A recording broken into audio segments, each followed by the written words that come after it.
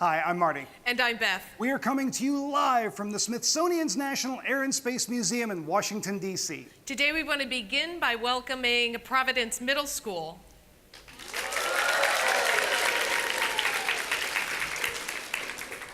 Randy Bresnik and Paolo Nespoli spent 6 months on the International Space Station. While there, they did a lot of work and a lot of science. Paolo conducted more than 60 experiments while in space. Randy did 3 spacewalks and even took a fidget spinner with him. We'll be talking to both of them today. This is STEM in 30.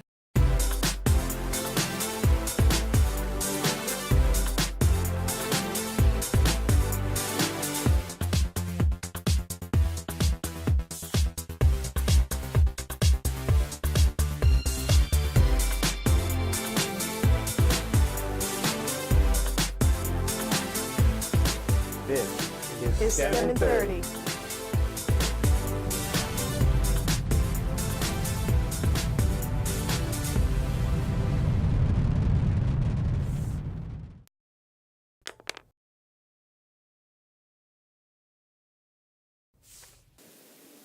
We're joined by Randy, Komrade, Bresnik, and Paolo Nespoli. Thank you guys for joining us on STEM in 30 today. Very happy to be here. Now, if you're watching online on Facebook, go down to the comments section and submit your questions. Anything that you've ever wanted to know about an astronaut is fair game, like if these guys like circus peanuts or not. Put it down in the comments section. And if you don't have a question, tell us where you're watching from. But before we get to those questions, we've got a few friends from Providence Elementary School who are going to ask the first questions. Go ahead. What was the most stressful, being on Earth, in space, or coming back? We had the unfortunate occurrence of, while we were in space, having a hurricane go through Houston. And so even though I went through some physical stress of being in a rocket and launching to space and leaving my family behind, or coming back through the atmosphere and going from 17,500 miles an hour to 0, to me the most stressful was watching Hurricane Harvey go over Houston while my wife and 2 kids were underneath it. Yep, I would agree on that. I mean, we do a lot of things in space that are kind of, I wouldn't say stressful, but you know, you really need to have to be involved with it. But thinking of what the people are doing, because we have control. We think we have control of what happens up there, but you really don't know what is going on down there. So I would agree with Randy.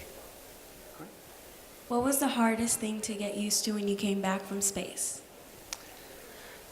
Hardest thing to get used to was when you get up to space.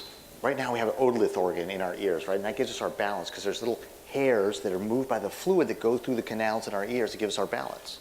Well, when you get to space, that all stops, and because there's no gravity to move the fluid in your ear. And so we move around by what we see and what we can touch. And so when you come back to Earth, now all of a sudden that fluid gets moved by gravity and starts moving again and starts actuating those hairs and giving us those sensations. And so when we had to move, I sat on the left side of the Soyuz, Paolo sat on the right, and we had to move to the center seat to be able to go out the hatch when we got back on the ground. And when we lifted ourselves up out of that seat and had to go this way, wow, it felt like we were tumbling. Even though we were just kind of leaning over, it felt like we were tumbling.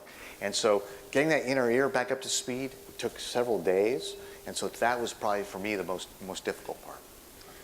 Well, I would say quickly that, you know, I got to space and I kind of thought I was Spider-Man and Superman, you know, was flying out the ceiling, going this, picking up stuff, and then suddenly I'm back on Earth and gravity gets hold of me, and that was really, really hard. I mean, I felt like I was chained to the seat. I could barely walk, and that's what was the most strong for me. Not anymore being able to fly up to the ceiling and do things. It's like they slipped kryptonite in Paolo's pocket or something. Yeah, that's what I did.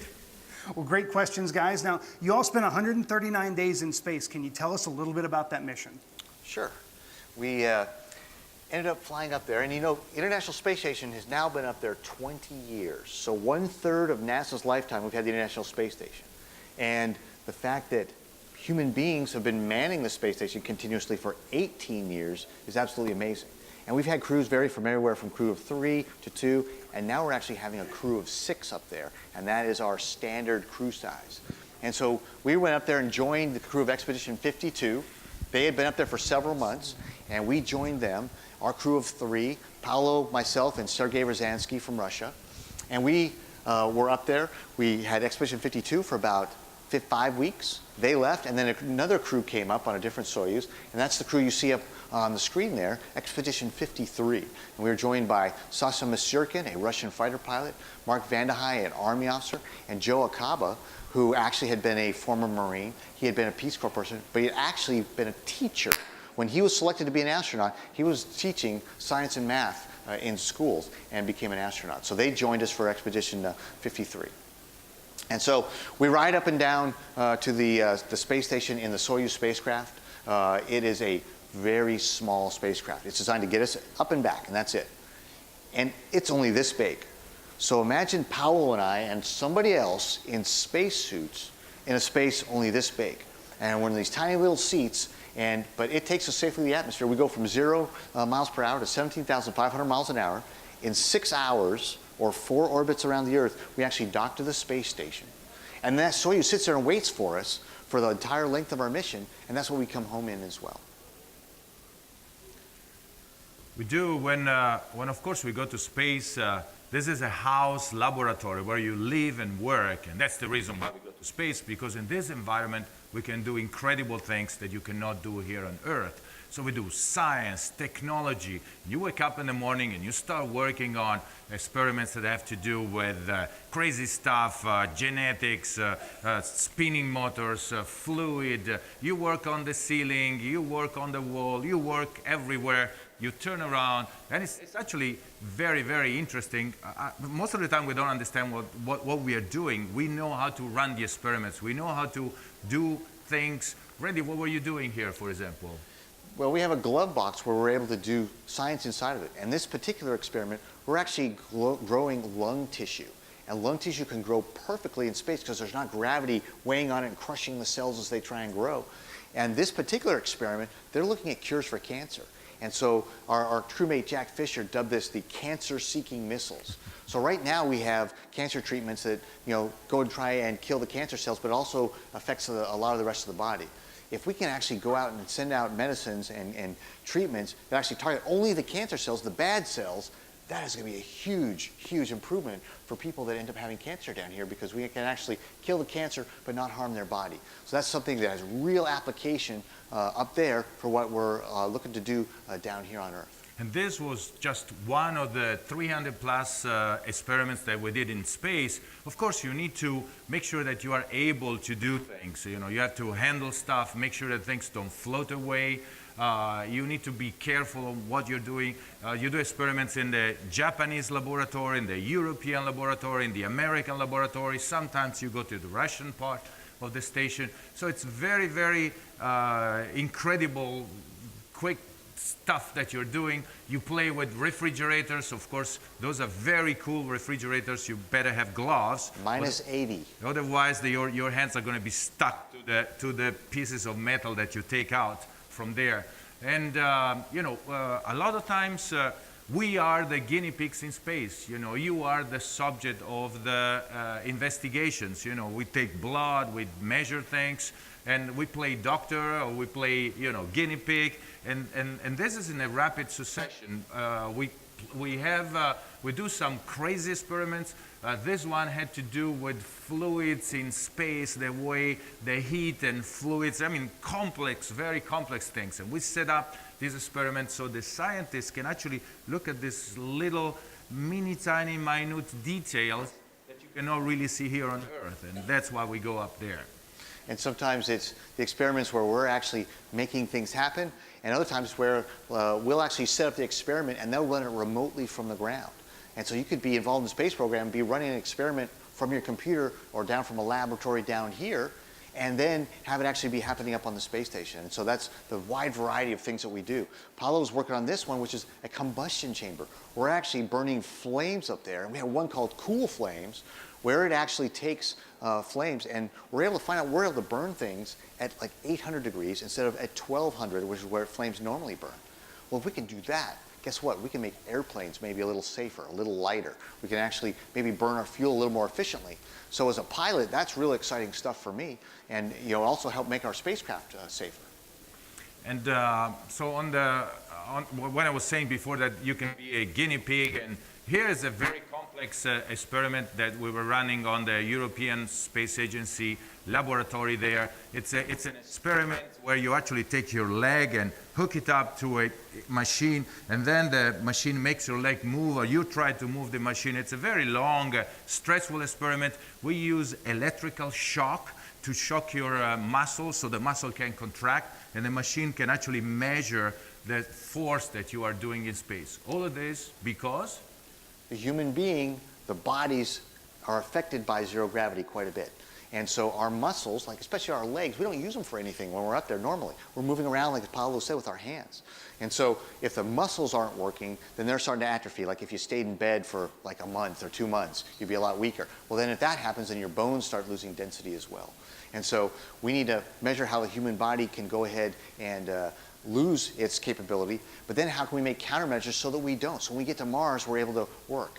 This particular experiment Paul mentioned about the zapping it with electricity, well, we can tell ourselves or in our minds to move our muscles. But guess what? Your muscles have a lot more capability than what your mind can tell it to do. So we actually have us working as hard as we think we can, then they zap it to actually see how much more capability your muscle has more than what you're thinking. And so we do that testing on the ground and in space to see if there's a difference. it was a fun experiment, right? It was fun when it was over. That's why we had that picture where we got shaking our hands. It's done. Yeah. No more shocking for today. And so when you look up at what you're seeing right now, that is Paul and I working, and you can see a tablet. So the same technology that you guys probably have at home or at school, using a tablet of some sort to be able to do your homework or look online to find some research, we use on the space station to go through our procedures. We actually do more stuff for exploration and going long distances. Here's Joe Acaba looking at our special experiment we called Veggie. And guess what we grew up there? We grew 3 types of lettuce. And you go to a grocery store and you go into the produce section, and guess what? The lettuce, you don't typically smell the lettuce. You smell the lemons and the oranges because those are really strong. But when you're in a space capsule for months at a time and all you smell is each other, guess what? Lettuce has a really good smell. Actually, we got Houston told us we could take a little leaf and test it, and I thought, it's a piece of grass, it's lettuce, it doesn't taste like nothing.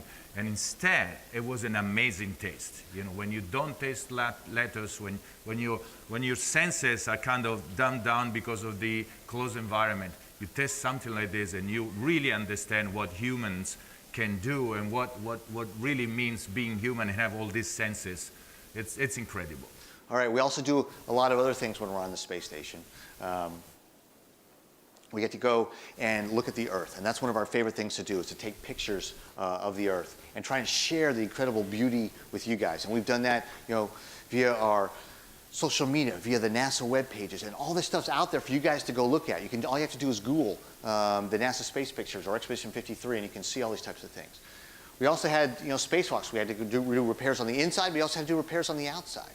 And so we get into our spacesuits, 2 at a time. And we actually button them up, do leak checks, and head outside.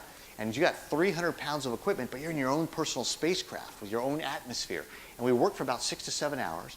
And then we have really talented people on the inside, like Paolo, flying the robotic arm and actually flying the spaceman in the spacesuit around to the different work sites to go ahead and get the work done. And so it's a big, big team effort to get that done. We also do a lot of outreach. Well, part of the activity that we do there is talking to school kids like you. We had the opportunity to talk to school all over the world, in Europe, in Japan, in the United States. And it's always interesting, all the questions that we get and the way that things are framed. And it's fun to be able to show you guys, what it's like to be up there. Guess what? Yeah, we had the opportunity of being up there in Halloween, and I decided I finally want to be a real Spider-Man. So we brought up some costumes and we played around a little bit. I was able to actually fly in space, grabbing as Spider-Man. It was interesting. And my kids picked out my costume, so I was the Minion. And so that was okay, because I was the commander of the space station. I got to be the Minion. But guess what? Life goes on. You're still human. You're still up there. And for me, I had a birthday while I was up there, and Paolo and Sergei helped celebrate that birthday.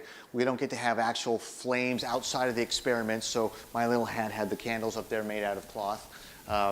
We got to be able to put on our Space Hawaiian shirts and have Aloha Fridays. And we had ground control join in the fun and kind of, join us on the mission and wear their Hawaiian shirts on Friday as well. We were surfing in space, right? Yes, we were surfing. We were showing off. And then, at a certain point, it was a moment where I kind of complained with the managers that we don't get to do pizza in space. And sure enough, they send us a few things so we could actually make pizza. And that was the first time that we actually ended up doing it.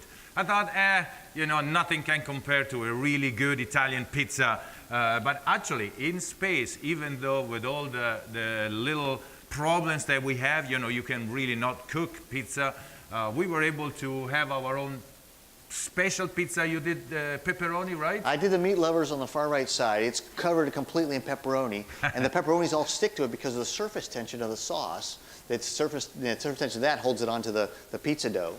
I did an anchovy and olives, and then I had to share it with one of my colleagues, so I took a pair of scissors and cut it away. And of course, it's really incredible because everything floats away, and it's nice when your pizza is floating away. Come back here. And we called those the flying saucers of the edible kind. And then, after 139 days, it was time to come home. Time for us to leave. We had trained up the crew who had joined us for Expedition 53. And we were going to leave in Expedition 54. Another 3 crew members were going to go ahead and come on up. And so after 2,224 orbits of the Earth, or 58,835,000 miles, it was time for us to go ahead and come on home. And we ended up coming back, landing in minus 15 degree weather in Kazakhstan, when it had been 115 degrees on the positive side when we launched. And we were really happy to be home December 14th last year, got to join our families for Christmas. That looks like an incredible trip. Thank you so much for sharing. Are you ready to take a couple more questions? Absolutely.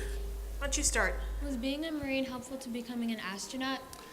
Being a Marine was certainly very helpful for becoming an astronaut. I was fortunate to get a Marine Corps scholarship to go to college, and then I was able to become a Marine Corps pilot. And the things that I learned about teamwork, depending on your crewmate next door and working as hard as you can to make sure you didn't let them down while you're accomplishing the mission. Plus the things that I was able to learn in the Marine Corps along the way with training as far as being a pilot, training to be able to do the mission with the airplane that I was assigned to fly. And then certainly it was exciting for me to be able to represent the Marine Corps in space and be able to share great pictures of Marine Corps flags floating all over the Earth, because that's what Marines do. They serve other people just like astronauts serve humankind, and we're all working together to further the human exploration of space. Paolo, you were also in the military too. Do you want to tell us a little bit about how that helped you?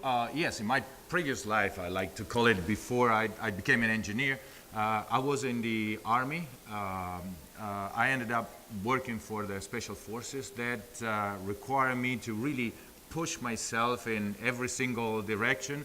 It really taught me, as Randy said, that with the right equipment, the right education, you need to study and know what's going on. With the right training, and above all, with the right team, you can really go where you think it's impossible to go. Why don't you ask your question?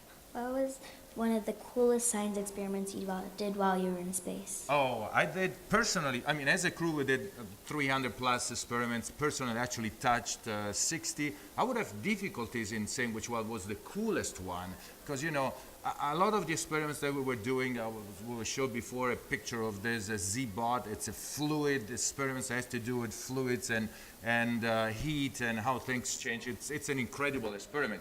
But I have difficulties in understanding it. I'm there touching buttons. I think that's a cool experiment. The one that we could touch when we saw the lettuce grow, for example, when we tasted it, that was also very nice. We had many that had to do with measuring our body, taking bloods, and we had some animals on board that we had to take care of. All of them were really interesting. I would have really hard time to mention one. Every day you have fun in an incredible number of different fields. What about you? You heard Paolo mention the animals we had. So we had an experiment of mice from Japan.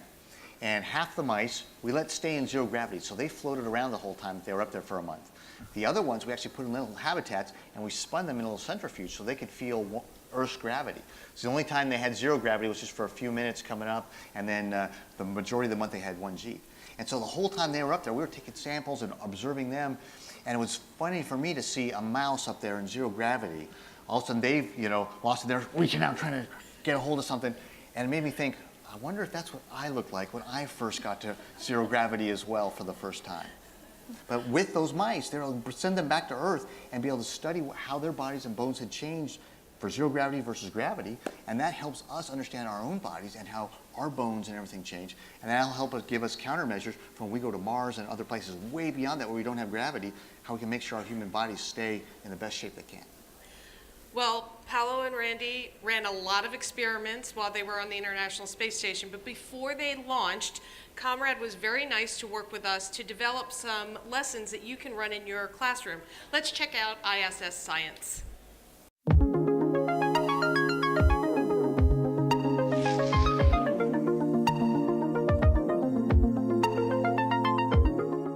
Hello, astronaut Randy Bresnik. I'm here to talk to you about puffy head bird legs, because that's what happens to us when we get to orbit. All the fluid that's in our body can now go wherever it needs to, and at the same pressure. Because right now, I've got all this water in my legs that's keeping it so I have enough water in my head so I don't pass out. Well, it turns out that when you get to space, that extra 1.5 gallons of water that's there to counteract gravity floats up and makes your head really, really puffy, really uncomfortable. So if you kind of like hung upside down for about a half an hour here in gravity, that would be about how your head feels. And so until you get past the day and a half mark up in space where you can urinate out that extra 1.5 gallons, it's pretty, pretty stuffy and puffy head. All right, now over to Marty and Beth to learn more. Thanks, Komrade. Let's talk a little bit about puffy head bird legs. I'd like to introduce you to a friend of mine. This is astronaut Glovey McGloverson. As you can see, he's filled with fluid, and that fluid right now is down here in his feet. If you've ever stood on your feet for a long time, you'll notice they'll swell up. That's because the fluid is making its way down to your feet. Now let's see what happens when we flip him upside down.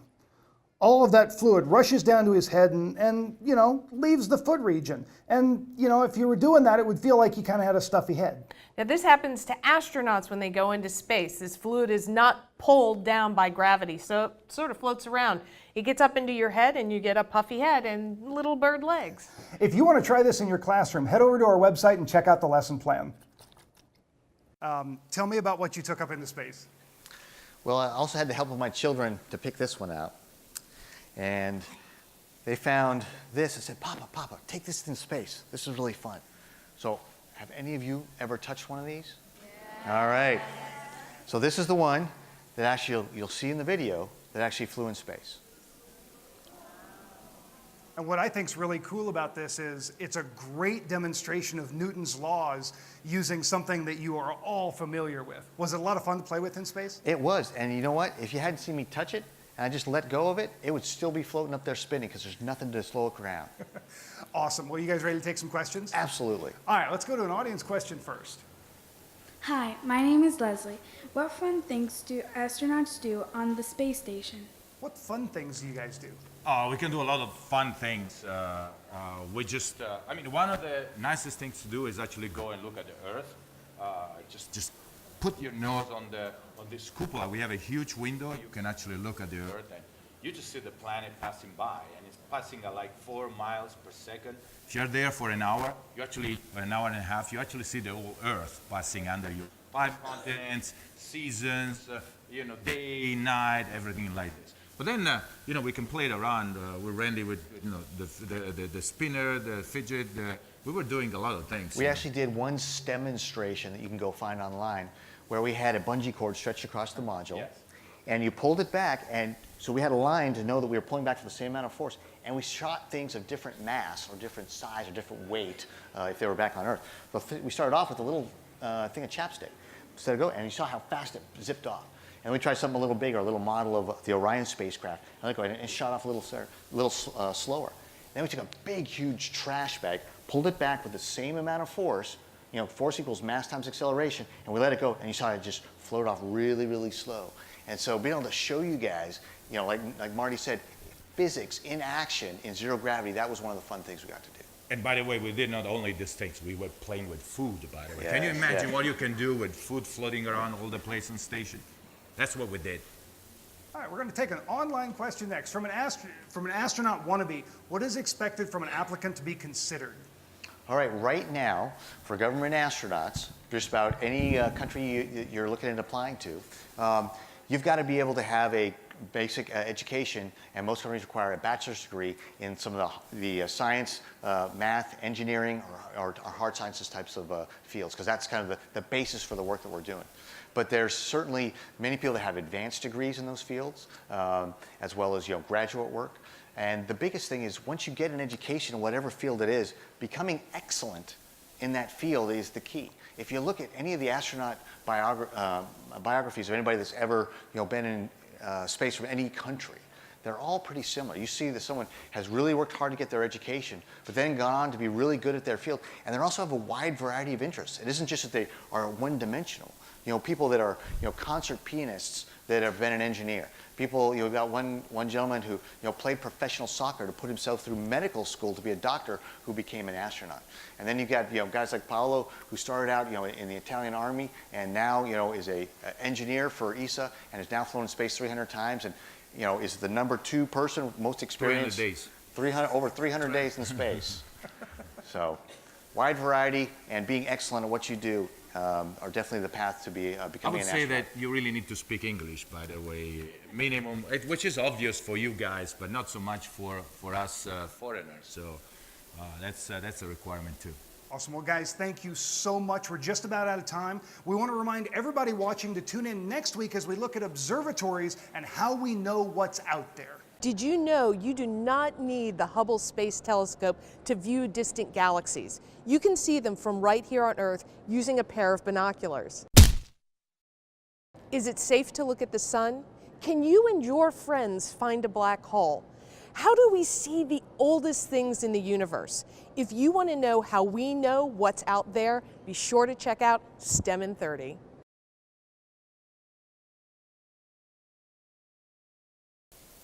Well, while Komrade was in space, we actually had an opportunity to talk to him, and he had a little surprise for us. If you check out the video, you'll see that we were a little excited about this. We hope you enjoy the rest of your time on space, and oh my goodness! Wow! That is incredible! Took one of our bookmarks into space. That was absolutely incredible. Komrade, thank you for doing that for us. Yeah, we really, we were very, very excited. And it's back! Back from space with 58 million miles on it. There's your bookmark. Wow! Thank you so much. Thank you so much for doing that. Of course, we want to thank both of our guests, Paolo and Randy, for coming out today, and Providence Middle School. Yep, and we want to thank Boeing for sponsoring the show. Thanks for watching. Thanks for watching. Thank you.